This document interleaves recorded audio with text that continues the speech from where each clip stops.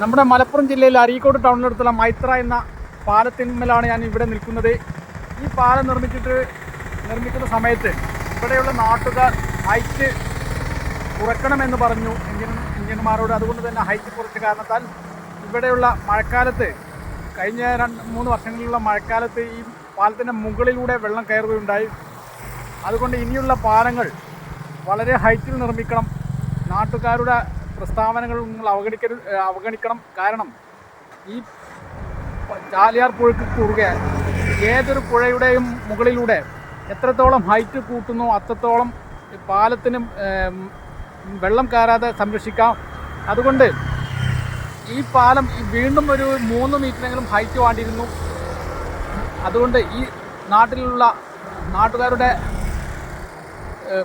പ്രസ്താവന, ഇവിടെ ഹൈറ്റ് കൂട്ടിക്കഴിഞ്ഞാൽ ഇവിടെയുള്ള ആളുകൾക്ക് അവരുടെ സ്ഥലങ്ങൾ വളരെ കുഴിയിലായി പോകുമെന്ന ഒരു കാരണത്താൽ ഹൈറ്റ് കുറക്കാൻ പറഞ്ഞു.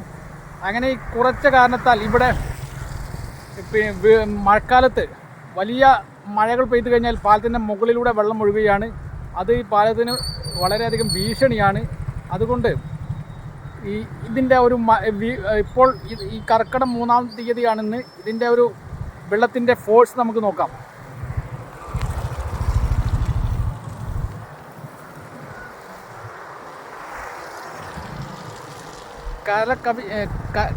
ഇത് വളരെ ശക്തമായ അടിയൊഴുക്കാണിത്. കണ്ടാൽ തന്നെ വളരെ ഭീതിജനകമാണ്. അതുകൊണ്ട് ഒരിക്കലും ഈ പാലത്തിന്മേൽ നിന്ന് പുഴയിലേക്ക് ചാടരുത്. ഇവിടെ ശക്തമായ അടിയൊഴുക്കാണ്. വളരെ വീതിയോടുകൂടി നിറഞ്ഞൊഴുകിക്കൊണ്ടിരിക്കുന്ന ഈ പുഴ വളരെ മനോഹാരിത കാണാൻ പല ആളുകളും വരുന്നുണ്ട്. ഇതാണ് നമ്മുടെ മൈത്ര പാലം.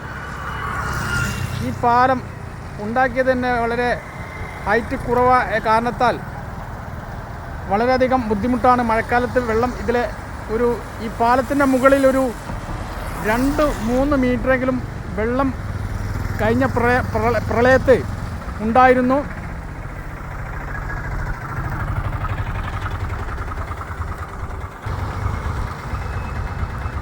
നിലമ്പൂർ ഭാഗത്തു നിന്നും വരുന്ന വെള്ളമാണ് ഇതിലെ പാസ് ചെയ്തുകൊണ്ടിരിക്കുന്നത്.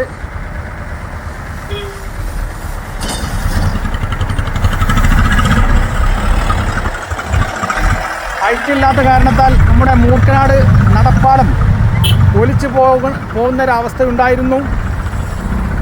അതുകൊണ്ട് പുഴയ്ക്ക് കുറുകെ നിർമ്മിക്കുന്ന പാലം വളരെ ഹൈറ്റിൽ നിർമ്മിക്കണം. അല്ലെങ്കിൽ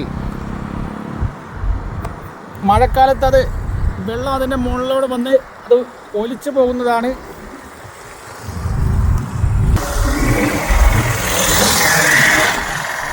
പുഴ കവിഞ്ഞ് പോയിക്കൊണ്ടിരിക്കുകയാണ്.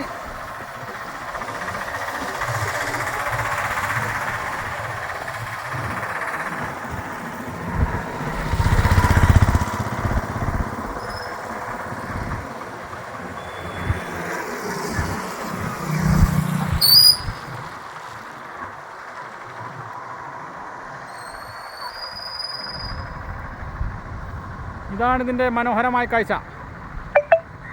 ഓക്കെ, അടുത്തൊരു വീഡിയോയുമായി വീണ്ടും വരാം.